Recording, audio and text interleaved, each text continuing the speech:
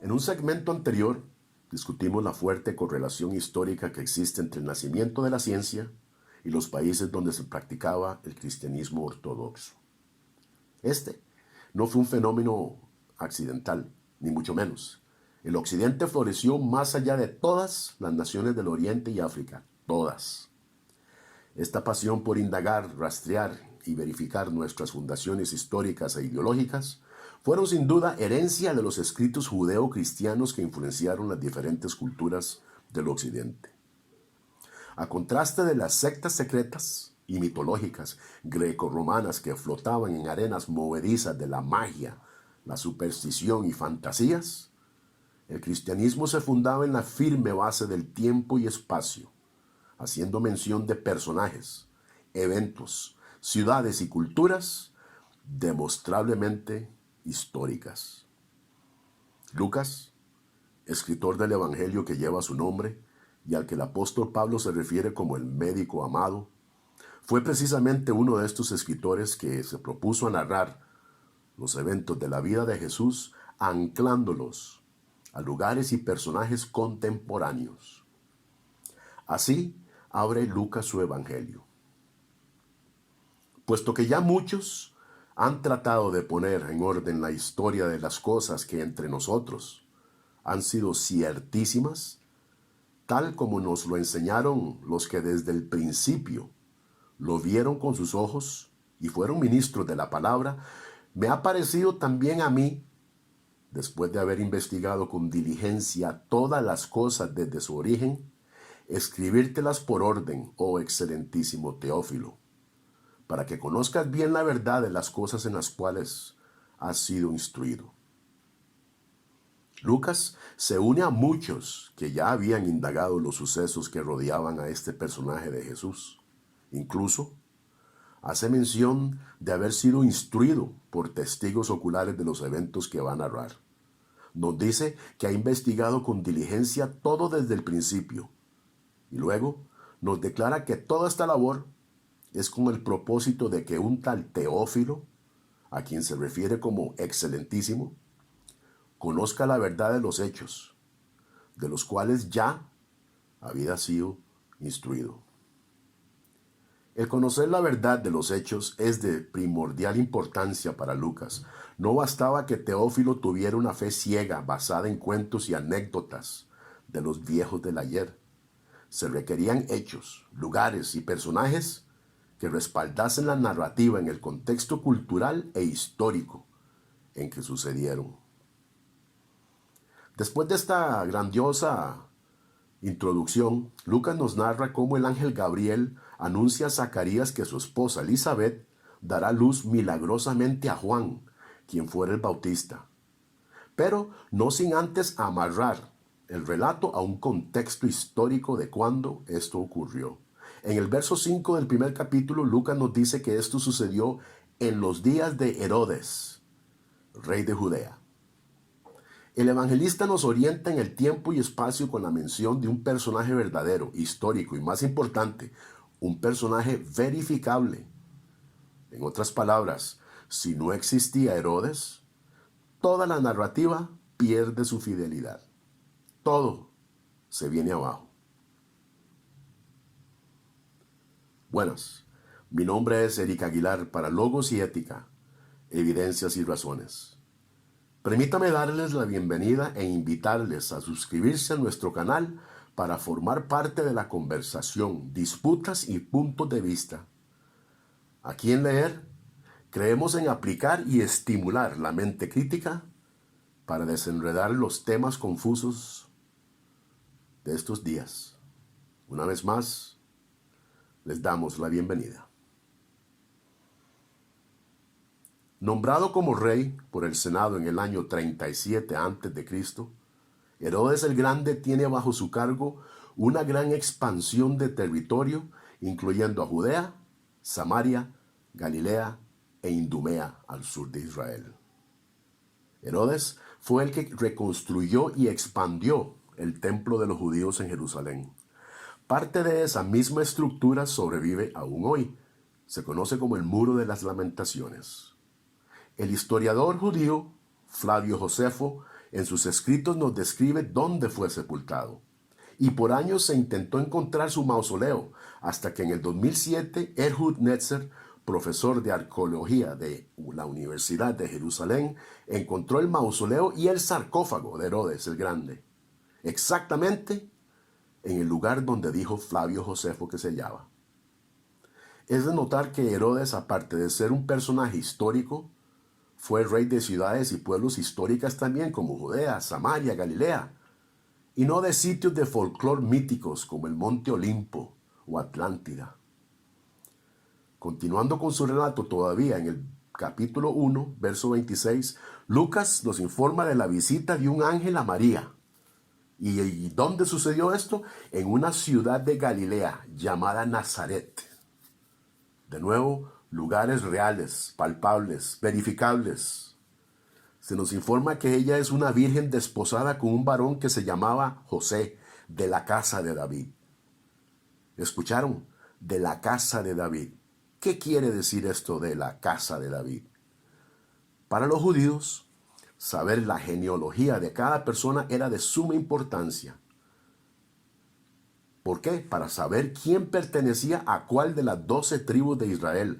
Más allá de listar estos nombres para aburrir a los lectores con largas listas insignificantes, el propósito de las genealogías era constatar y corroborar los linajes con personas reales del pasado, como el linaje o la casa del rey David. Era importante que Jesús viniera del linaje del rey David. Los escépticos siempre han querido negar la historicidad del rey David. Pero como siempre, la ciencia de la arqueología ha estado de parte del texto bíblico. Siempre. En 1993, Avraham Biram, arqueólogo israelí, desenterró una inscripción en arameo fechada a 900 años antes de Cristo que menciona la muerte de Joram, hijo de Acab, de la casa de David. Personajes bíblicos, históricos, de carne y hueso. Si no había un lugar llamado Galilea, y si no había una ciudad llamada Nazaret, y si no había un rey que había existido que se llamaba David, la integridad de Lucas como historiador hubiera sido fuertemente cuestionada. Los judíos del día acostumbraban a mantener minuciosos y detallados récords genealógicos de acceso público, que muy fácilmente podían ser revisados para verificar la información. Esta posibilidad de poder falsificar los eventos narrados por Lucas son precisamente lo que da evidencia de su veracidad. Un fabricante de mentiras jamás hubiera puesto tanto peso en los datos históricos que fácilmente hubieran sido probados en su contra. Sin embargo, Lucas los menciona continuamente en todos sus escritos con un propósito firme y tenaz. Empleando la misma táctica para relatar el nacimiento de Jesús de Nazaret, Lucas nos informa de un evento histórico que se daba en ese mismo momento. Dice la introducción al capítulo 2, aconteció en aquellos días que se promulgó un edicto de parte de Augusto César que todo el mundo fuese empadronado. Otra vez, el historiador relaciona su narrativa con personajes históricos. Ahora, con nada menos que con el emperador romano Augusto César, considerado como uno de los emperadores más famosos. Reinó desde el año 27 a.C. hasta el año 14 después de Cristo. Expandió el imperio a incluir todo el Mediterráneo. Bajo su mando floreció la literatura y la arquitectura. Su tío abuelo fue el famoso Julio César. En una inscripción conocida como Res Gestae, las hazañas de Augusto, esta nos ofrece un relato en primera persona de su vida y sus obras, como por ejemplo su llamado a varios censos durante su reino. Esto es de mucha importancia, ya que el verso que sigue a la introducción, en el capítulo 2, se nos informa que este primer censo se hizo siendo Cirenio, gobernador de Siria. Como si la persona de Augusto César no fuese suficiente, Lucas audazmente añade a un personaje más para dar exactitud al relato. Publio Sulpicio Quirino, también conocido como Cirenio, fue un aristócrata miembro del Senado y cónsul del Imperio Romano. Fue enviado a Siria por el mismo y ya mencionado emperador Augusto César para hacer el censo con miras a establecer impuestos. Cirenio es mencionado por Josefo, Suetonio, Plinio el Viejo y Tácito, entre muchos otros historiadores. El resto del Evangelio es rico en mención de personajes y lugares que hacen evidente la insistencia de Lucas en fundar sus investigaciones con bases sólidas de la historia. Para introducir el ministerio de Juan el Bautista en el capítulo 3, Lucas, para dar fe a su historia, nos menciona en solo 2 versos, no menos de 13 personajes y lugares que dan testimonio a su fidelidad. Nótese la confianza del relato. En el año 15 del imperio de Tiberio César, siendo gobernador de Judea Poncio Pilato y Herodes, tetrarca de Galilea, y su hermano Felipe, tetrarca de Iturea y de la provincia de Traconite, y Lisanías, tetrarca de Abilinia, y siendo sumos sacerdotes Anás y Caifás, vino palabra de Dios a Juan. En ningún otro libro religioso se encuentra este tipo de insistencia por establecer el relato de hechos con un contexto histórico de personajes y lugares. Ningún otro, ni en las Vedas del hinduismo, ni el Corán de los musulmanes, ni el libro de Mormón, etcétera, etcétera, etcétera. Lucas es autor también del libro de Hechos, que es prácticamente la segunda parte de su evangelio, donde, empleando la misma técnica como historiador, nos refiere a sus viajes como compañero del apóstol Pablo, haciendo mención de pueblos, provincias, puertos, islas, mares, rutas de mar, gobernantes, títulos honoríficos, costumbres, climas y rutas por tierra, con tanta certeza que el renombrado arqueólogo y recipiente del Premio Nobel en Química en 1904, Sir William Ramsay, después de años de personalmente investigar los pasos de Lucas en todos los lugares que menciona en el libro de Hechos, llegó a la conclusión de que Lucas es un historiador de primer rango. Esa obsesión de los autores del Nuevo Testamento por averiguar, comprobar y analizar para llegar a conclusiones basadas en la realidad fueron los que dieron a nacer la disciplina que hoy conocemos como la ciencia.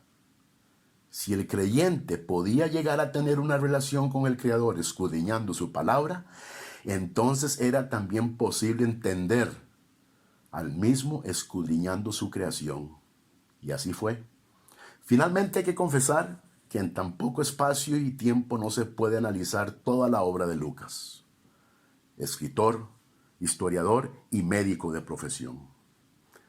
Pero sí, le invitamos a examinarla a usted.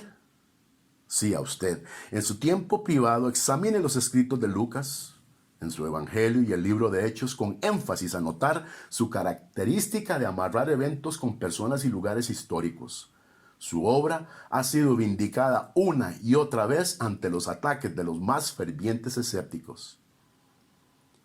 Creemos firmemente que al terminar de examinar estos escritos, usted no será la misma persona que cuando empezó. Le damos las gracias y de nuevo le invitamos a ser parte de la disputa y polémica, suscribiéndose a nuestro canal.